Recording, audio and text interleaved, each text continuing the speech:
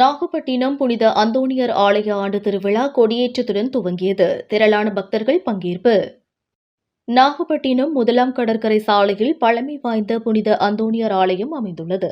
ஆலயத்தின் ஆண்டு பெருவிழா கொடியேற்றத்துடன் துவங்கியது. முன்னதாக கொடி ஊர்வலம் ஆலயத்தின் வளாகத்தில் இருந்து துவங்கி முக்கிய வீதிகள் வழியாக மீண்டும் ஆலயத்தினை வந்தடைந்தது.